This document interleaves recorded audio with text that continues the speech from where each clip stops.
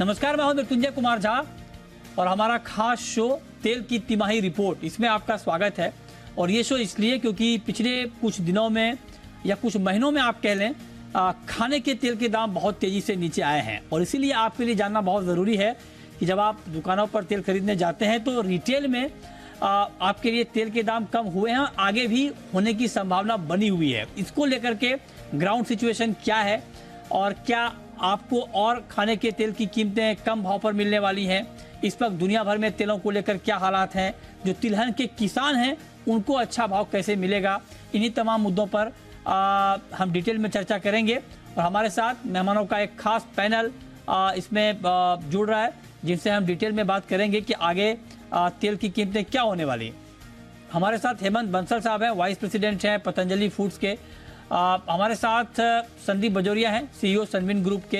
हेमंत जैन हैं, सोयाबीन के ट्रेडर हैं, सोयाबीन मार्केट को पर गहरी पकड़ रखते हैं। और मनोज जैन साहब हैं, पृथ्वी फिनमार्ट के। आप सभी का बहुत बहुत स्वागत है। मेरा सबसे पहला सवाल हेमंत बंसल जी आपसे होगा। सर, जो मैं रेट देख पा रहा हूँ कि जनवरी में जो एक्स फैक्ट्री प्राइस होता है तेलों का, सरसों तेल का, वो 137 रुपये किलो के आसपास था, जो अब घटकर 100 रुपये के आसपास पहुंच गया है। उसी तरह बाकी तेलों के दाम भी 100 से 105 के रेंज में पहुंच चुके हैं, जो कि 130 से 132 के रेंज में हुआ करते थे। तो मेरा आपसे सवाल ये है कि हालांकि जो रिटेल में जब मैं खरीदने जा रहा हूँ पास में आपको तेल मिल रहा है, तो ये जो 100 का प्राइस हम एक्स फैक्ट्री प्राइस देख पा रहे हैं, ये हमारी जेब तक कब आएगा सर? बंसल जी। नमस्कार जी। बहुत ही वाजिब सवाल है आपका कि जो बल्क के एक्स फैक्ट्री प्राइसेस में आप गिरावट देख रहे हैं, हाँ। और उसके अनुसार आपको जो ये रिटेल के प्राइसेस में डिफरेंस दिख रहा है। देखिए, जो बल्क में रिटेल में मिलते हैं वो तो, जो बल्क में फैक्ट्री में लूज में मिलते हैं वो तो एग्जैक्टली प्राइस नहीं होगा। बट आपका ये कहना सही है, क्योंकि अभी ये जो तेलों में गिरावट आई है, ये कुछ पिछले 15-20 दिनों में और एक महीने में ये ज्यादा आई है। एक महीने से शुरुआत होते हुए 10-15 दिन में आई है। जैसा कि हम पहले भी कई बार डिस्कस कर चुके हैं, जब भी इंटरनेशनल प्राइसेस बल्क के या एक्स फैक्ट्री के प्राइसेस गिरते हैं, उनको रिटेल में आने में एक 15-20 दिन का समय लगता है, क्योंकि रिटेलर्स अपनी पुरानी इन्वेंट्री कैरी कर रहे होते हैं। आज उनके पास जब नया कम रेट का माल जाता है तो फिर वो उसे कम रेट में बेचना शुरू करते हैं। अगर आप पहले देखें, आज से साल भर पहले अप्रैल 2022 की बात करें, तो यही रिटेल में तेल हमें 220, 30, 40 रुपए मिल रहे थे। और जैसा कि अभी आपने खुद बताया कि अभी 150 रुपए मिल रहे हैं, तो आज से 10-15 दिन बाद देखेंगे तो डेफिनेटली इसमें 10 से 15 रुपए नीचे रिटेल में मिलने की आपको ये तेल मिलने लग जाएंगे। अच्छा, 110 से 115 के भाव में मिल जाएगा सर, है ना? आप 110 से 15 तो नहीं बोल सकते हैं। देखिए क्या है, जब 100 रुपए एक्स फैक्ट्री प्राइस होता है, हाँ। तो आप जब रिटेल में देते हैं वो जीएसटी इंक्लूडेड प्राइस ठीक होता है। है। जो ये प्राइस होता है, इस पे 5% जीएसटी लगती है। तो उसके ऊपर पैकिंग का खर्चा आता है। अच्छा। उसके ऊपर में उसे डिस्ट्रीब्यूशन करने का, एक फैक्ट्री से लेके डिफरेंट मार्केट्स में पहुंचाने का खर्चा आता है। ठीक है। उसके बाद एक चेन के मार्जिन होते हैं जो डिस्ट्रीब्यूटर और रिटेलर रखते हैं। तो 115-20 तो थोड़ा सा मुश्किल है, बट अभी कुछ दिनों में ये 125, 30, 35 की रेंज में। अच्छा, 125, 30, 35 के रेंज में आ जाएगा, जो अभी 150 के रेंज में है, राइट सर? जी सर। चलिए, अच्छी खबर हेमंत जी आपको सुना रहे हैं कि जो तेल अभी आप 150, 155 के रेंज में आप खरीद रहे हैं, वो आपको 125, 30, 35 के रेंज में मिल जाएगा। मतलब 15 से 20 रुपए प्रति किलो दाम रिटेल में भी और कम हो जाएंगे, राइट?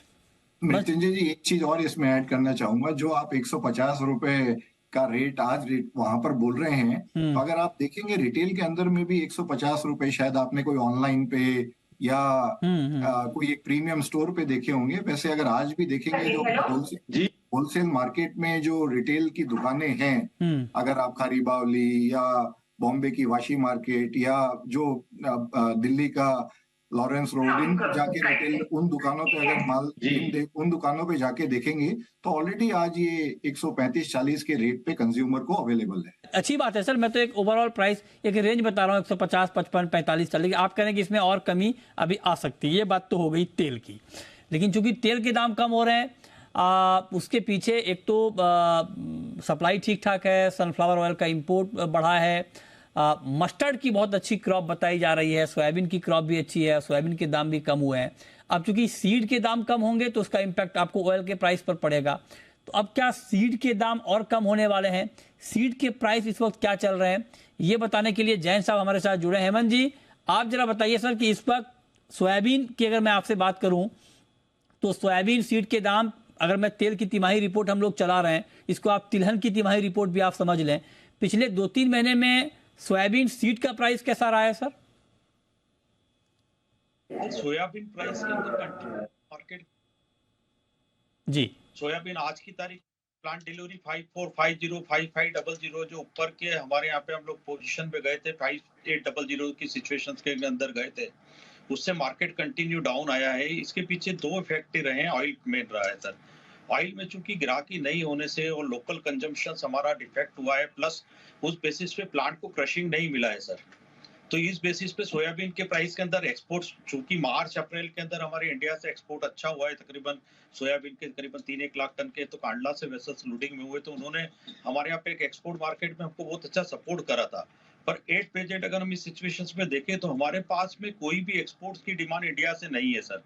और जब एक्सपोर्ट की डिमांड नहीं है तो हम लोग टोटल डोमेस्टिक बेस पे हमको वर्किंग करना पड़ेगा। पर डोमेस्टिक बेस पे भी आज की तारीख में सिचुएशंस ये है कि डोमेस्टिक के अंदर अगर आप पोल्ट्री फीड की देखें तो वहाँ पे सिचुएशंस उनकी हालत बहुत खराब है, तो लोकल डिमांड में भी उसका बहुत इफेक्ट आ रहा है।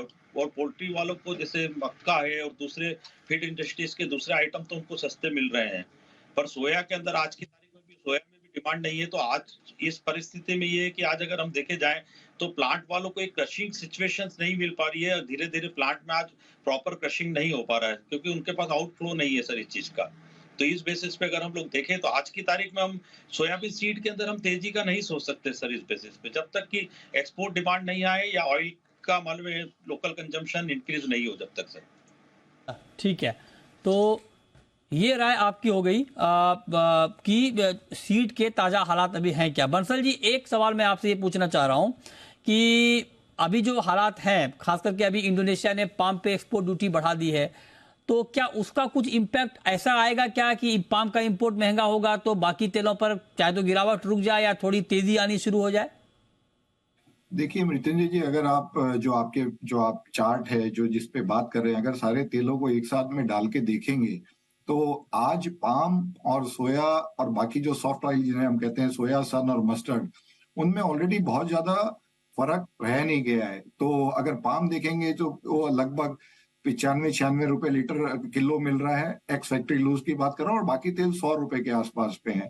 तो इस टाइम पे पाम में ऑलरेडी पाम की कुछ सप्लाईज और दूसरे कारणों की वजह से पाम ऑलरेडी जो सोया और सन और मस्टर्ड से डिस्काउंट पे चलता था, वो उस डिस्काउंट पे ना चल के उसके उन तेलों के लगभग बराबर चल रहा है। तो पाम अगर गिरता भी है तो बहुत ज्यादा इन तेलों पे शायद फर्क नहीं आए, क्योंकि अगर अभी जो आपने बताया तिमाही की रिपोर्ट में जितने प्राइस गिरे, अगर आप इसे एक साल पे डालें तो 45% के लगभग तेल के भाव ऑलरेडी गिर चुके हैं। तो इन लेवल्स पे जब 100 रुपए किलो का तेल मस्टर्ड हो जाए, मस्टर्ड जैसा तेल, तो शायद मैंने 3 साल में तो देखा नहीं है 100 रुपए का भाव पिछले के कभी ये आया है। तो ये मुझे नहीं लगता है कि इसके लेवल मस्टर्ड, सोया और सनफ्लावर में इन लेवल से बहुत ज्यादा कोई और नीचे मद्दी आती हुई दिखती नहीं है। चाहे पाम में हो सकता है कि थोड़ी सी एक गिरावट अगर आती भी है तो ये तेल इम्पैक्ट नहीं होंगे।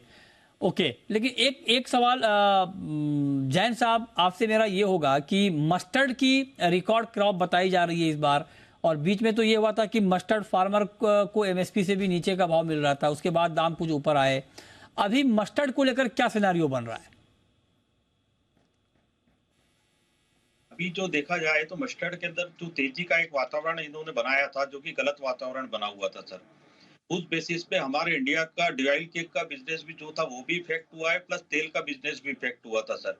आज हम मस्टर्ड पैरिटी में 5450 42% का अपने को मस्टर्ड ऑयल सीड मिल रहा है बेसिकली, और जो एक्सपीलर कच्ची घानी का तेल है वो 100 रुपए। तो आज एक बहुत अच्छी, मेरे को ये लगता है कि कम से कम हम लोग मस्टर्ड एक्सपीलर रिफाइंड की पैरिटी में अब आना चालू हो जाएगा। तो मस्टर्ड एक्सपीलर का जब रिफाइन चालू हो जाएगा तो उस बेसिस पे हम लोग समझते हैं कि इंडस्ट्री को एक अच्छी क्रशिंग मिलेगी, और क्रशिंग मिलने से मार्केट में एक ऑयल की अवेलेबिलिटी भी मिलेगी, प्लस हमारे को मस्टर्ड डीओसी के जो एक्सपोर्ट्स का अगर हमको इंडिया को कोई अपॉर्चुनिटी मिलती है तो हम उस अपॉर्चुनिटी को हम इन कैश कर पाएंगे सर। तो मस्टर्ड की सिचुएशंस के अंदर तो मस्टर्ड की क्रॉप जो अच्छी है, तो ये मंडी में उसका फ्लो है, तो अब चूंकि एक्सपेलर ऑयल्स का रिफाइन में आना चालू हो जाएगा, तो उससे मैं सोचता हूँ कि इससे क्रशिंग इंक्रीज होगी सर। ठीक है, क्रशिंग इंक्रीज होगी, ये आप कह रहे हैं, इस पर आप नज़र रखिए।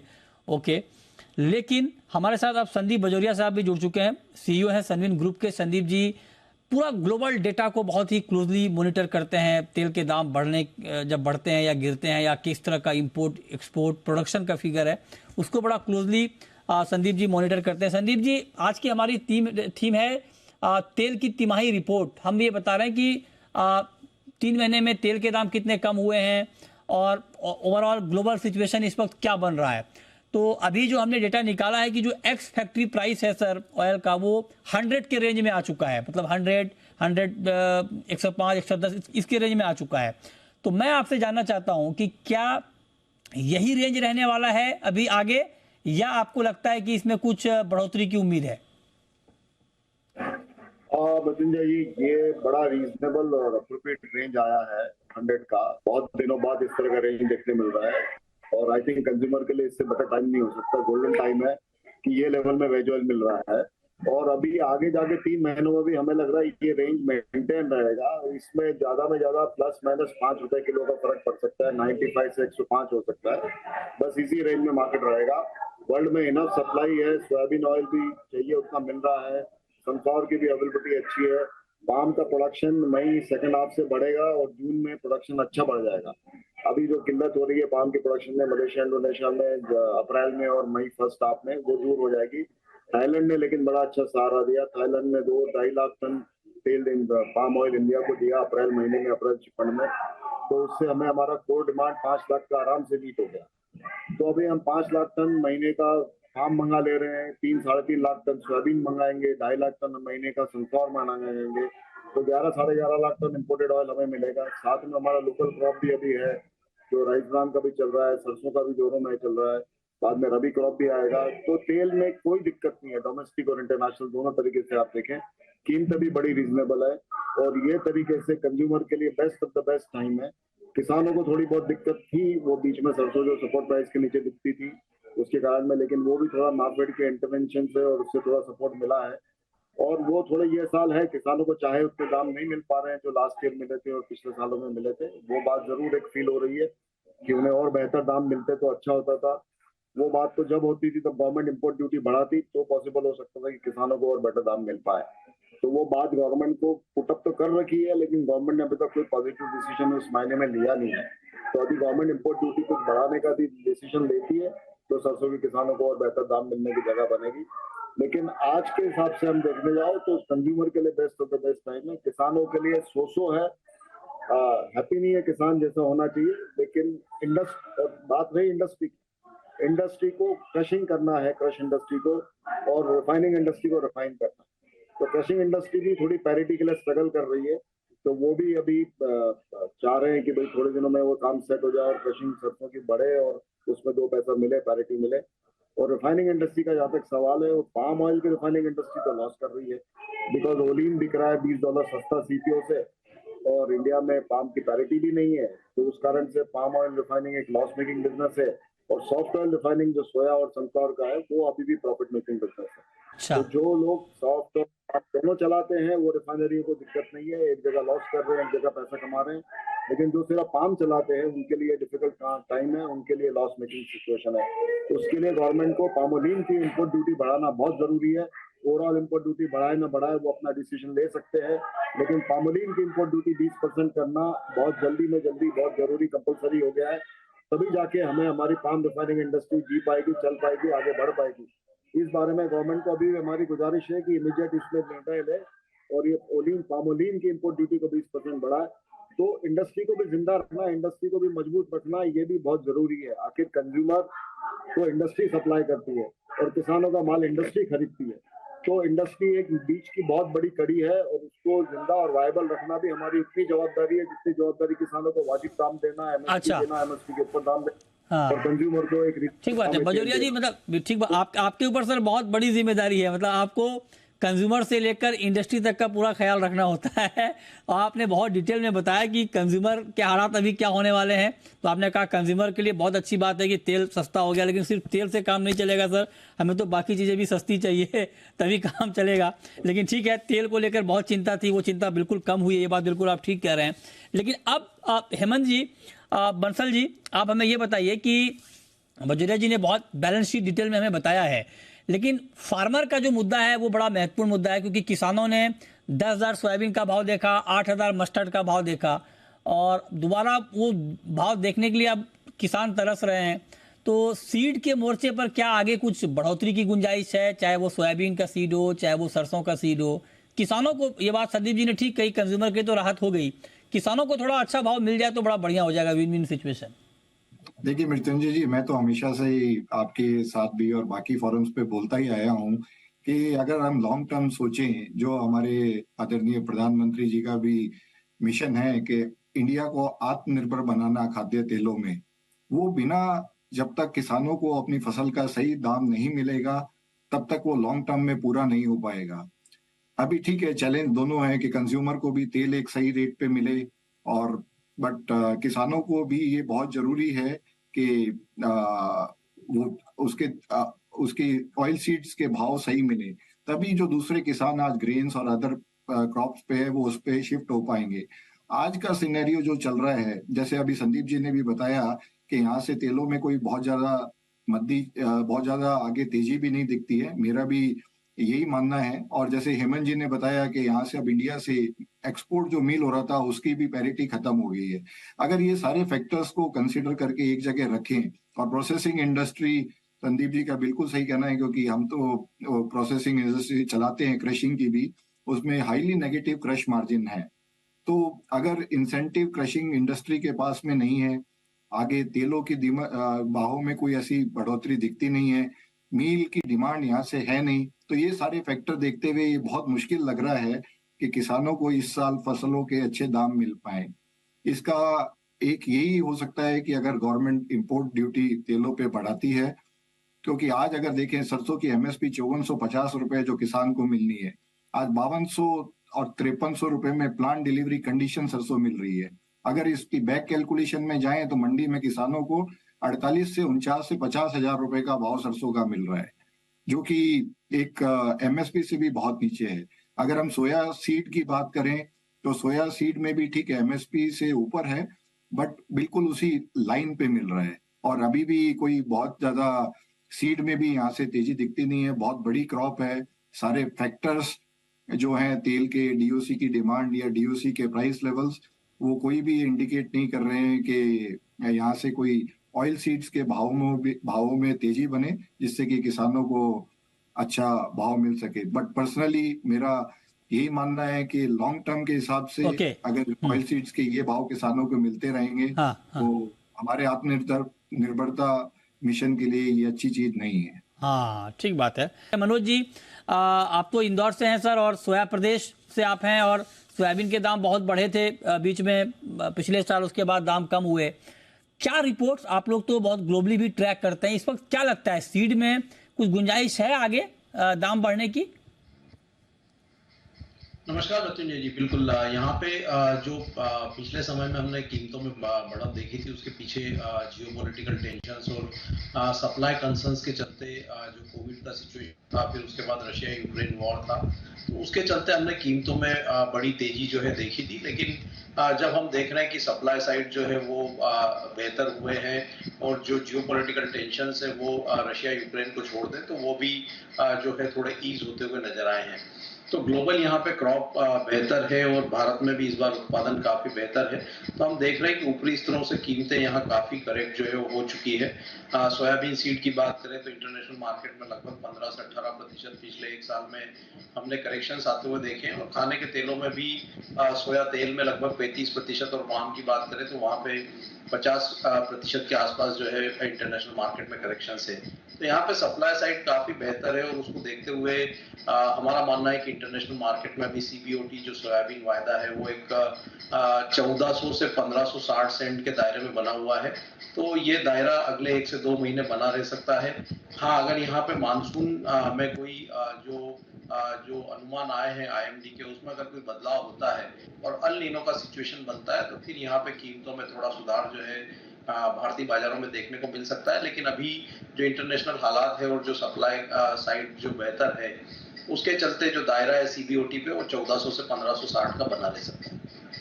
ओके, तो ये राय आपकी हो गई ओवरऑल सीड और ऑयल सीड मार्केट को लेकर। लेकिन जैन साहब, एक बात आप बताइए, हेमंत जैन जी, कि आपको क्या लगता है, अगर मैं आपसे एक लाइन में ये पूछूं कि क्या आगे सोयाबीन के दाम या मस्टर्ड के दाम कुछ बढ़ने वाले हैं, सीड की बात मैं कर रहा हूं, ताकि किसानों को अच्छा भाव मिले, तो आप क्या कहेंगे? सर डेफिनेटली सोया में किसानों को 80 रुपए का प्राइस मिला था, 90 रुपए का प्राइस मिला था, वो एक बलून था सर। सोया को अगर मैं बोलूं तो सोया क्रॉप जो है वो हम ऑयल सीड क्रॉप से ज्यादा उसको हम मन में जनरली उसको मन में फीड ग्रेन क्रॉप के रूप में कैलकुलेशंस करते हैं, क्योंकि सोया में हमको करीबन 80% डी-ऑयल केक मिलता है। तो सोया क्रॉप के अंदर जब तक प्राइस इंक्रीज नहीं हो सकता, जब तक हम इंटरनेशनल मार्केट के अंदर हमारा एक्सपोर्ट्स का कंटिन्यू नहीं रहे। आज इंडिया मार्केट जो है वो एक्सपोर्ट से बहुत पीछे हो जाता है, क्योंकि थोड़ी सी भी डिमांड आती है तो हम इंडिया मार्केट में हम लोग प्राइस को इंक्रीज कर देते हैं, तो वो डिमांड दूसरे डेस्टिनेशन में चली जाती है और दूसरे डेस्टिनेशन पे चली जाती है तो हम लोग वैक्यूम्स में आ जाते हैं। तो उस वैक्यूम के कारण हमारे पास में कोई मार्केट नहीं रह पाता है, और जब डोमेस्टिक मार्केट का भी हमको सपोर्ट नहीं मिलता है तो उसी रीजन से ये सोयाबीन की क्रॉप में डाउनफॉल आता है। एट प्रेजेंट सिचुएशन हमारे पास में जब तक कोई एक्सपोर्ट की नई डिमांड नहीं निकलती है, जब तक हम लोग सोयाबीन में तेजी के बारे में नहीं सोच सकते हैं। प्लस डोमेस्टिक अनफॉर्चुनेटली हमारे इंडिया की सिचुएशन भी डोमेस्टिक मार्केट के अंदर जो पोल्ट्री की हालत खराब चल रही है, जो उनका उस बेसिस पे मार्केट के अंदर हम अभी तेजी की धारणा नहीं रख सकते हैं। ओके सर, सरसों जी, ये बहुत महत्वपूर्ण राय है सर आपकी, कि जो ग्लोबल मार्केट से compete करना भी बहुत ज़रूरी है, नहीं तो फिर हमारा एक्सपोर्ट बाधित होता है। बहुत शुक्रिया हेमंत जैन साहब आपका, हेमंत बंसल जी आपका, और मनोज जैन जी आपका हमारे साथ आज की इस खास चर्चा में जुड़ने के लिए।